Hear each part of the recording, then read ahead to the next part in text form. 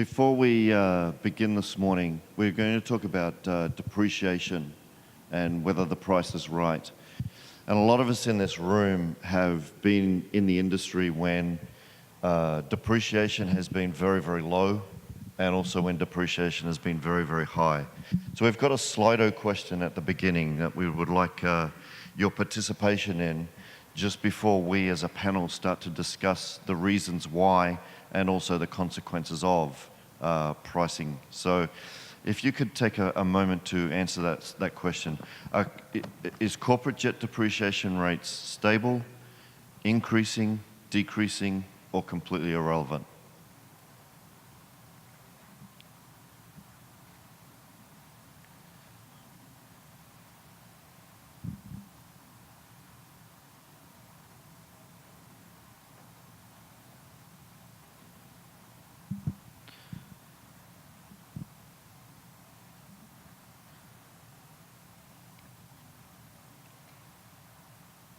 So we're seeing that there's seems to be an opinion across the room that depreciation is either stable or decreasing at this point in time. So I'd like to begin with our panel this morning, and maybe you can introduce yourself as you begin to answer this question. What are you seeing in the marketplace at the moment, and what are the primary contributors to the current depreciation rates? Rudy, would you like to start?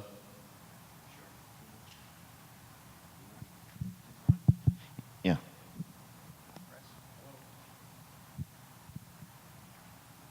Yeah.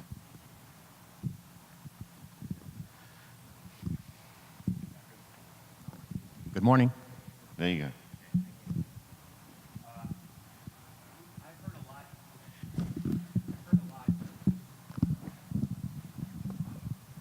I've heard a lot. I'm pressing. Don't press it. Oh, okay, good morning. This is Rudy Tenore. I heard a lot recently about, is this the new normal? And, you know, I thought a lot about this, and I looked back at the last 15 or 20 years, and quite frankly, I can't find anything that's been normal during that period of time. I think if you really want to find something that we all consider to be somewhat normal, probably have to go back to this industry in its infancy, probably the first 30 years or so, when it was really a U.S.-centric market. I think when we got to the late 90s, 1996, 97, 98, and you saw the introduction of the G5 and the 7X and the Global Express, I mean, that really wasn't by coincidence. It was really in anticipation of this demand that was going to be coming from this global market.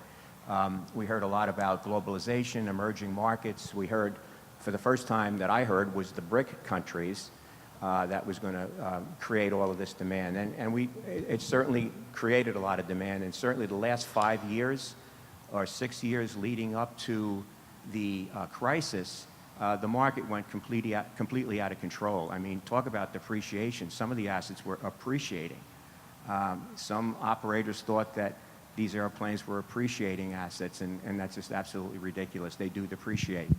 I think the last 10 years, since the downturn, we've been in a transitional phase. We're recovering from excess supply, from overproduction, too many models out there, and unfortunately some discounting.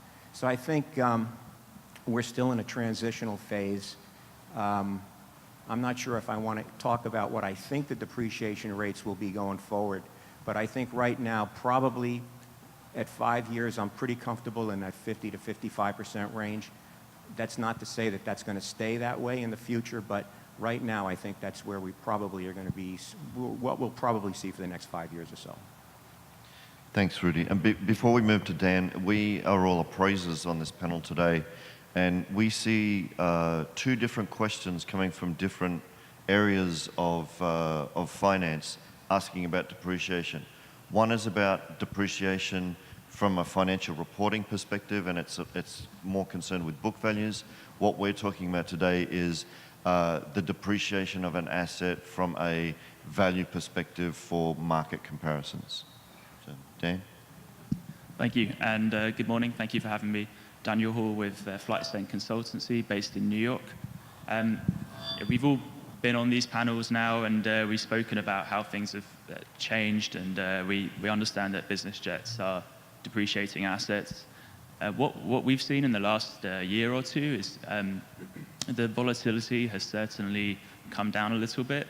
There's a bit more predictability across business jets and depreciation. We've certainly seen an improved market. A lot of people measure value retention on say, what is a 5-year-old aircraft worth? How much value does it retain?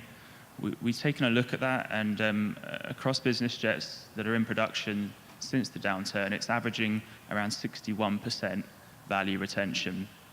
The light, the mid-size, and the heavy are slightly different, but actually the category that's improving in value retention is actually the light jet segment. And one of the reasons there is slight improvements in new pricing from the OEMs.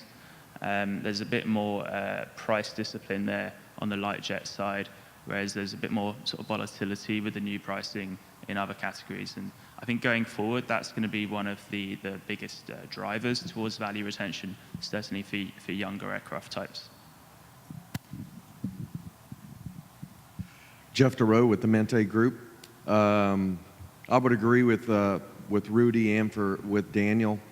A lot of what I've been seeing in the marketplace has been basically a bifurcation of the market in which quality aircraft seem to be almost at an appreciable level. They seem to be gaining a little bit of value, while some of these other aircraft that have languished on the market, maybe they have some kind of history to them or problems, foreign registry or the like. Those tend to be actually kind of depreciating at a little bit higher rate. So it makes it a little bit more challenging. However, I think we've seen a normal depreciation rate. I don't know if I'd call an annual as well, but we're looking at the 60 to 65 range for 5-year-old aircraft with a normal pedigree usage. Some of the areas I've seen for appreciation, similar to what Daniel's observed, the Phenom 300 market, so kudos, Mike. That market has had a resurgence that, is a broad-based across the market, or across all serial numbers within that market. I would probably want to ask, what are some of the changes that the government has put in place with the reduction of tax rates, and do you find that a lot of the customers are with excess cash? And I am cautiously optimistic about the recent run in the marketplace and how long the legs are, and how heavily is that tied to some of these regulatory changes that we've kind of seen. We're also, so David Crick is my name from the DavAir group, and we're also seeing that there are some models where it's not that long ago they were dropping in value by maybe $1 million a quarter, or even greater than that at some points. And now we're seeing aircraft that are somewhat older that are not depreciating at that rate in terms of their value, but in fact some of them are increasing. We've seen some models that, with some of the STCs that are available for their avionics and their connectivity, that once that is applied, that STC is applied, they're increasing in value by 2, 3, 5% over the same time 2 or 3 quarters ago. So there are bright spots in the marketplace for that. So I guess when we're talking about that, and we talk about OEM discipline and inventory levels and the way aircraft are working, if the financiers and the lessors are the ones that need to make the decisions about how much the values are falling or stabilizing, what is it that we can assist them with to help them looking at the marketplace when they're looking at finance? Yeah, I think the appraiser has a responsibility to assist the parties they're working with. Yeah, certainly on the the OEM front, I think we all maintain good relationships with the manufacturers, so we understand their sort of strategies going forward. But certainly, new aircraft types coming into a market segment can change new pricing. But I think it's good to just be very close with your client, to just advise and not lead the client to make any decisions that you wouldn't recommend there. Historically, when we were trying to project future values, you tended to always look back and take a look at how a particular model or an OEM, how their OEM's products may have reacted in the industry in the past in terms of resale value. I think to try to project future values today, it's a little more complicated. I think you still have to look back into the past, excuse me, but you also have to look into the future. There are a lot of things that will impact the value of an aircraft in the future, and I think it probably leads with technology that's moving at a faster rate, it seems, every day. So if we look forward for the next 5 to 10 years, and I was trying to figure out what I think something may do in terms of depreciation, I'd focus on technology. I would focus on the regulatory environment that we may be facing. New propulsion systems certainly falls onto technologies. New competitive products, which can and certainly can increase or rapidly increase the rate that your aircraft could become obsolete in the future. So there are a lot of different things to look at, and I think if you focus on any one of the various factors that are out there that would help you project the future value, I think that's a major mistake. There's a lot of data points that you have to look at and take that all into consideration so you can make an informed decision. I think with Mente Group, we have a unique synergy in that we transact and we're in the market daily. We're buying aircraft, we're selling aircraft, we're doing acquisitions for customers. So from that aspect, we have a very good insight into what our partnerships are with the OEMs, on where deals are being done at, as well as throughout the life cycle of the aircraft. In trying to help with most of the banks, it's really just trying to supply a lot of the data that we are able to collect as a result of all these efforts. Residuals, yes, you'll have to look to historicals, but I think anything that predates 07, 08 is almost inconsequential. We really have a new world that we're operating in post 08. So a lot of that is just going to come with the experience and the leverages that we see with the other OEMs and brokers within the community. And I also think that the requests of the financiers and the lessors has changed over time. When the market was moving really quickly and depreciation wasn't a big issue, essentially as appraisers, the institutions would like us to just go and check that the asset existed. Whereas when the market turned, it was more about looking at the actual value of the aircraft and what the market was doing. And now what we're seeing is that the banking and finance industry is asking us not only about the current values, but projecting for future values.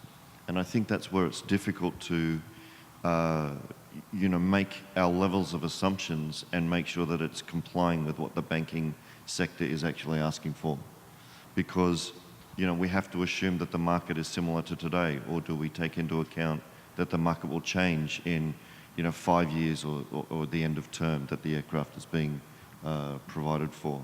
So I guess, is there a direct correlation between the availability of aircraft and the prices that they are transacting at? That's a question that we need to answer. Absolutely. The availability, if we're talking about for sale secondary market aircraft, we kind of look at saturation as being a 10 to 15% is going to be your normal equal amount of buyers and sellers. Most markets now are down in the 5s. So that's almost, it's a seller's market. So we are seeing appreciation in pricing. In terms of with the OEMs, in the new production arena, we're seeing a tightening of production. They've balanced their workforce with the demand on the sales side, and as a result of that, you get that more cleaner one-to-one book-to-bill ratio in which aircraft are able to hold their pricing. It's going to be interesting to see what Q4 this year holds. They've been very good so far this year, and let's hope they kind of hold it. Yeah. I mean, it's the availability on the market is a very real factor in influencing values. I know when availability drops, it becomes a bit more competitive for brokers to remarket aircraft, but that does usually translate into stronger values. So, we've seen a number of transactions this year which have caused us to increase our market values. We've not really done this mid-year since 2008, so it's a new phenomenon. But yeah, certainly with younger aircraft, there's very few units for sale. We actually tend to look at the number of actual units for sale rather than a percentage metric. That for us, if it's less than sort of 10 units for sale for a type which has, say, 6-7+ year production life, then that's a strong seller's market in our eyes. But yeah, I mean, certainly markets go up, markets go down. Last couple of years, we saw with G650, for example, it was a very tight market. Values were quite strong. People were selling aircraft for more than they purchased them for. But you still have to forecast some depreciation there so you don't get caught out. And actually, if you look long term over the last 6 years, 7 years of a G650, you'll see that market values have swung, but generally they follow a line of depreciation. So no one should have been surprised by that. Well, I think the reason we've had all these problems recently is because of the overproduction. I think we're finally starting to get a market that's more in balance. I mean, it's simple to me. It's supply and demand. I think through 17, if you look at the book-to-bill ratios of all of the OEMs, probably with the exception of Textron, they were all below 1. So that's a good thing. We're moving back towards some normalcy in the market, but we need to have supply and demand more in balance. And I think if we can keep that equation relatively stable, and we can have certainly the discounting has to stop. I think you could rely on more of a balanced market going forward. But in answer to your first question, yeah, supply and demand will certainly create some stability in the market. I think that we've heard a number of brokers yesterday talking about the fact that if you're looking for a large cabin, long-range, relatively young airplane, it's almost impossible to find today, and that's where you're getting some appreciation in values. So it's again, it's supply and demand. I think we're working through that. We're in a transitional period now. I think we've just been recovering over the last 10 years. It's been a slow recovery and a difficult recovery, but we're certainly moving in the right direction. So I think things are looking pretty positive for me anyway, looking forward. Great. So with the amount of transactions and the decrease in the size of the inventory, do you see that days on market is relevant, the number of days that an aircraft's on market? I see the days on market is relevant. However, what we try to look at is for effectively priced aircraft. You go into any market, you're probably going to find aircraft that have been on there for 1,000 days. And you can almost attribute why it's been on there for 1,000 days, because it's asking $5 million more for the aircraft than any other aircraft that's within that segment. Or, there are all sorts of reasons why planes will hang on the market for a longer period of time. So I think there's some flaws if you're just going to run a straight days calculation. You got to be aware of certain factors. In this particular question, false sense of a seller's market, I think in some markets it truly is a seller's market. As I mentioned before, the Phenom 300 market, and maybe some clarification on what a false sense would be. But I think by and large, all the markets are doing better.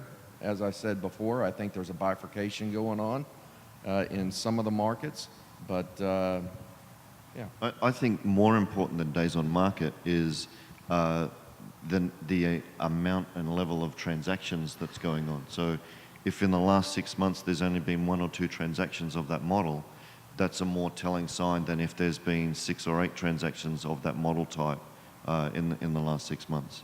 it shows the level of activity in that market space. Yeah, I think it's a kind of a relative thing in terms of if it's a thinly traded market historically, global 5000s, just from a transaction count, are not going to be anything like a global 6,000 market. So you have to be conscious of what market you're in and all the factors that revolve in that market. Yeah, and to quickly add on days on the market, some brokers have said they've listed aircraft and they've literally sold the same day or the same week. Well, I'd probably say it was probably listed for too low a price anyway. So that's not an accurate representation of a value, and appraised value could even be higher. But there's other factors here. I mean, maintenance programs, and then increasingly into next year, we're going to see next gen and the ADS-B mandates really starting to affect the days on the market. I think generally just a dynamic market, and to look at any one data point and try to draw any conclusions from that is probably a big mistake.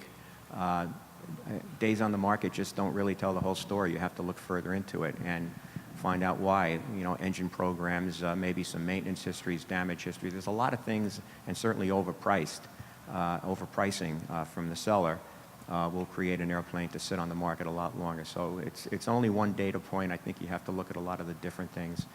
Certainly turnover on sales, as David had mentioned, is very important as well. So if a client or a bank is trying to work out some sort of depreciation, what kind of things should they rely on when they're calculating their physical depreciation of the aircraft?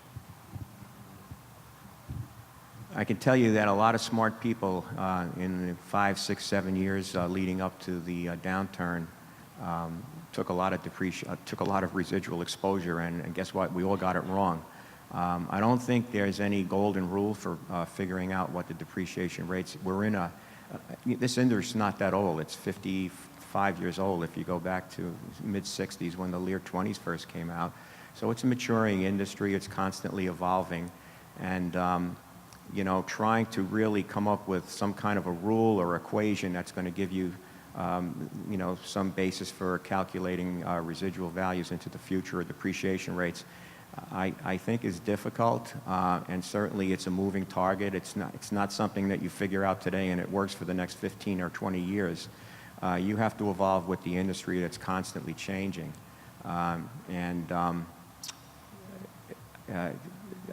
if you look into the market today, there are a lot of different companies that are providing these algorithms that project future values, and I think that it's a good start.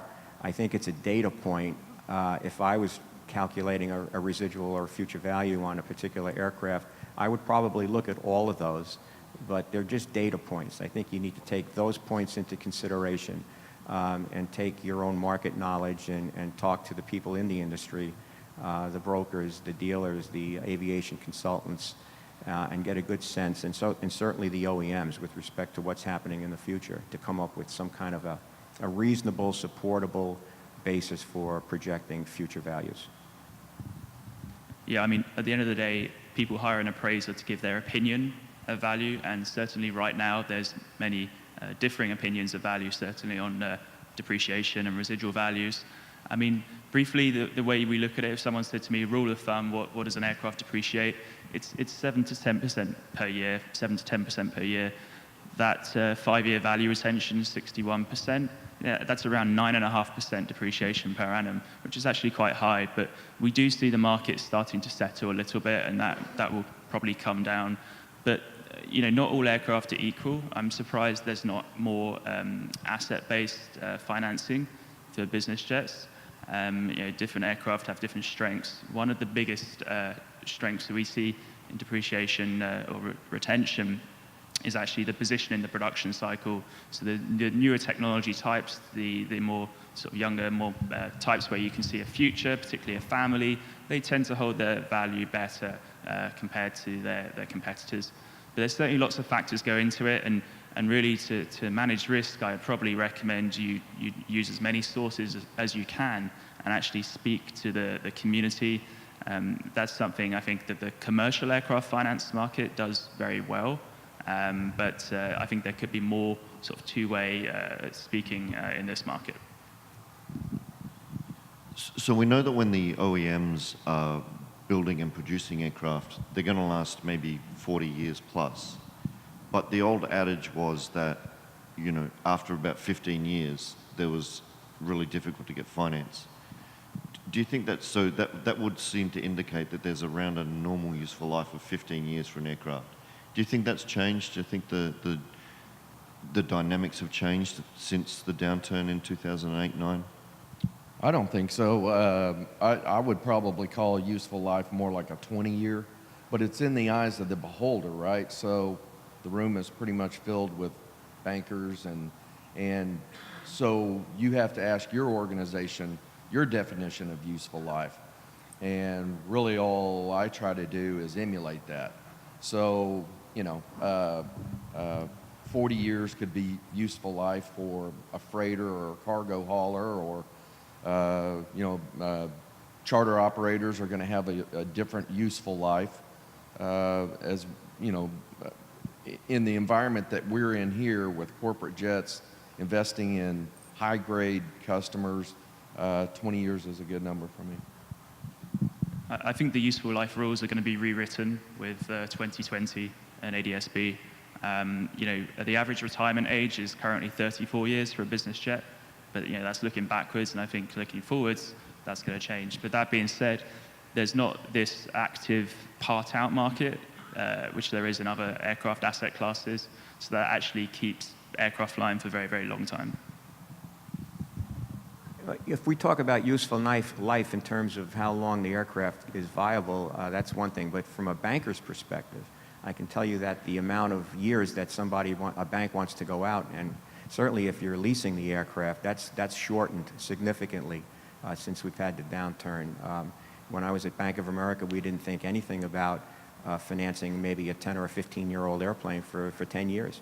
It certainly had a useful life of 25 or 30 years, and we were comfortable getting it back at 25 years. That's shortened significantly for over the last 10 years, and I don't see it changing, quite frankly, in the near future.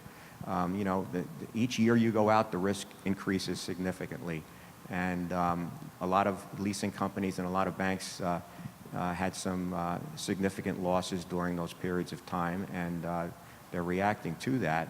I always tend to think that people in the market tend to have short memories, and 5 years from now, it's hard to say what will be happening, but I can tell you right now it's shortened from the terms of risk perspective from a bank. So as appraisers, and we're talking about the price being right, what we've seen in very recent times is that some of the pricing guides and the indexing tools have begun to publish estimated values and residual values, and the customers that they have got access to that information. How are you as an appraiser finding that affects the relationships that you have, and how this whole value thing works when there's published automated guides like that? Well, it's at a level for me in just the regards that there's a bit of education that has to go on. There's always going to be a difference of opinion between all of us. I think it adds an element that makes it challenging because it can give false impressions of things that need to be discussed and educated. Yeah, I mean, as I said, everyone's entitled to their opinion, but as per the question on the screen, we've certainly had a lot of conversations since that. I'm concerned with parties that do not connect with the market. So I think this is a lot of risk, and I think it goes back to speaking to your appraiser and understanding what you're dealing with. But we don't quite see eye to eye with that. That's a loaded question, and I'll answer it directly. I have no idea where they came up with those numbers. I mean, they're literally less than 1% a year depreciation over the next 15 years. I really don't understand it. I don't see it. It's a data point, and you can completely disregard it, or you can calculate it into other things you're looking at. But that's a very, very aggressive position to take on depreciation. Yeah, I think that a lot of automated valuation tools, which are common in the marketplace for a lot of different industries, are made up of a lot of behind-the-scenes algorithms and information that we just don't have access to. And I guess when we, as appraisers, put some valuation information together, it's based on our perception of the market and what we see as transactions and what we see as relevant to making up the value figure. It's very difficult on an automated system to determine what goes into that soup to make the soup.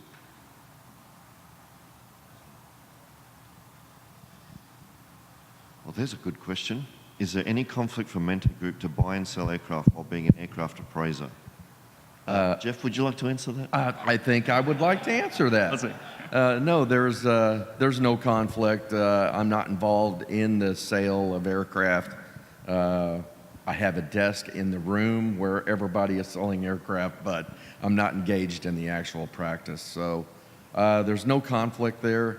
As long as you, with ASA, if you make it known what your function is in the transaction. So if I'm doing an appraisal, I'm acting as an appraiser. If I'm, if I was in any other capacity, I would have to make that known.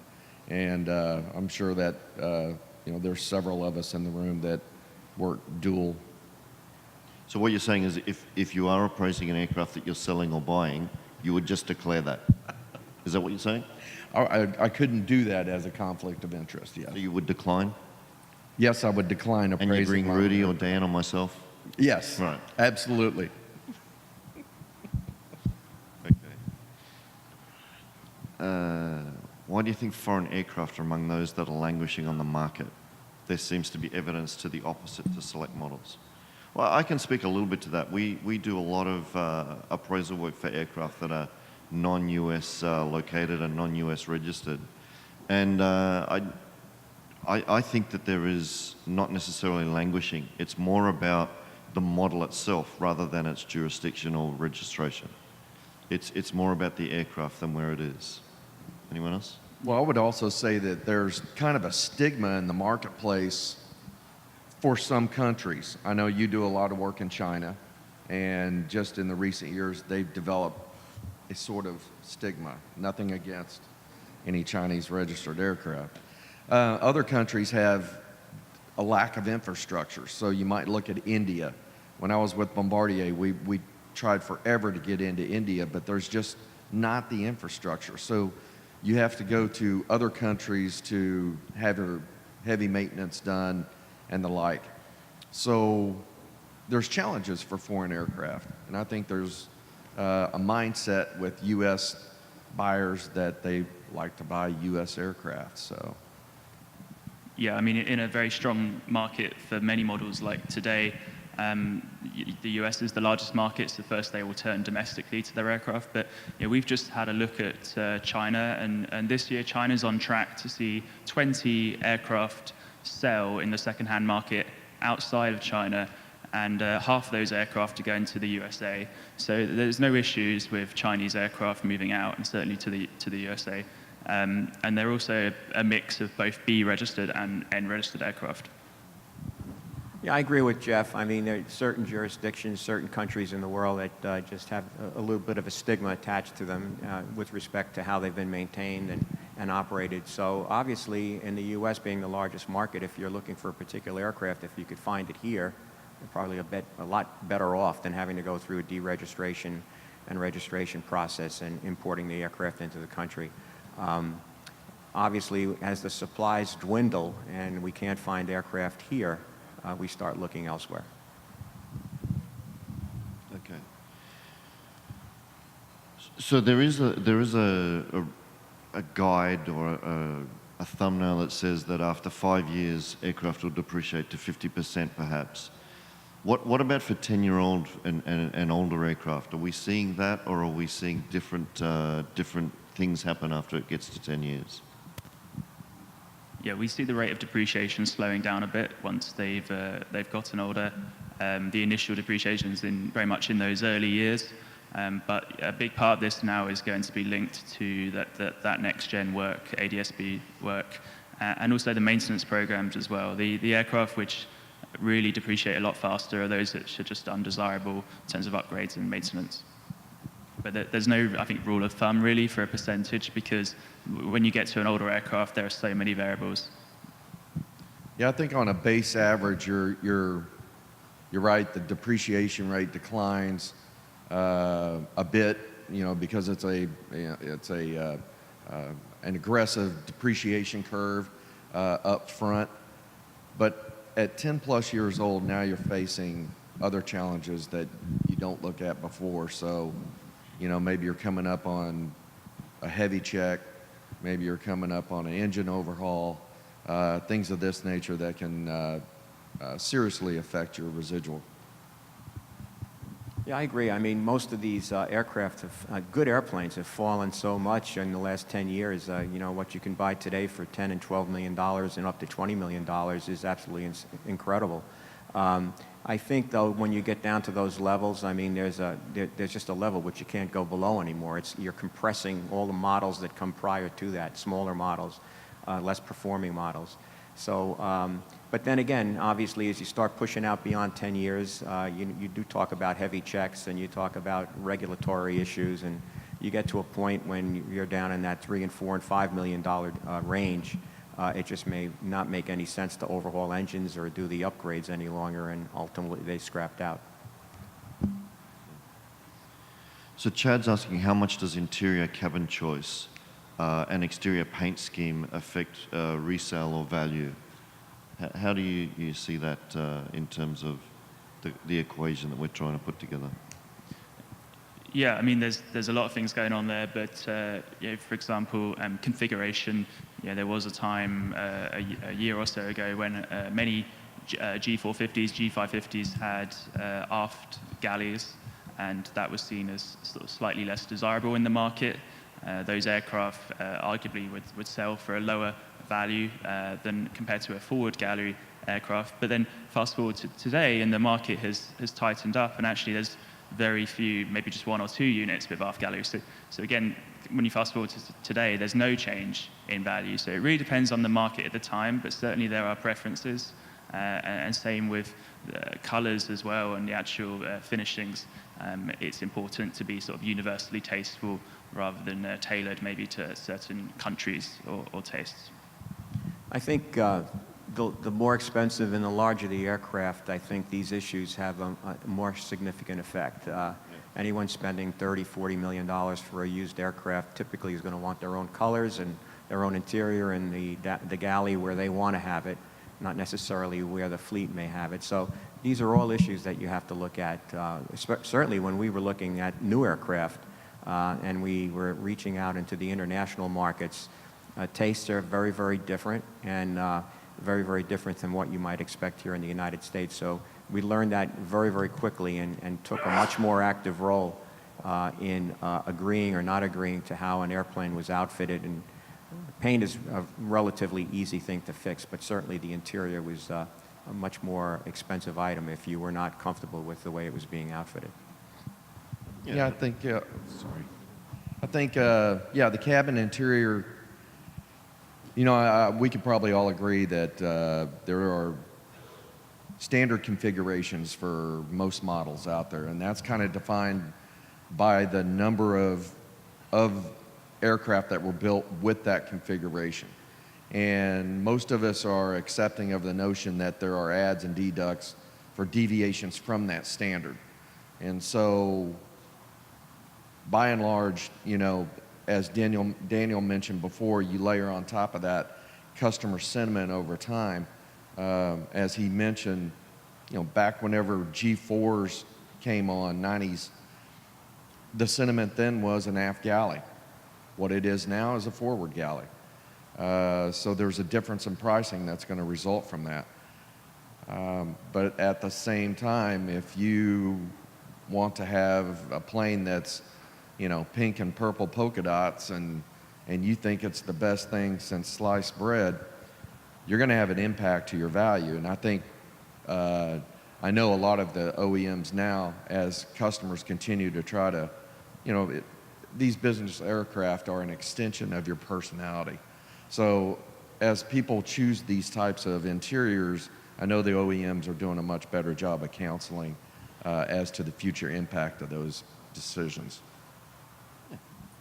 And I think just to round that out, I think that with older aircraft, if their connectivity and avionics is up to speed, that's the thing that's going to assist someone to choose it over a one that's still got a VHS player in it.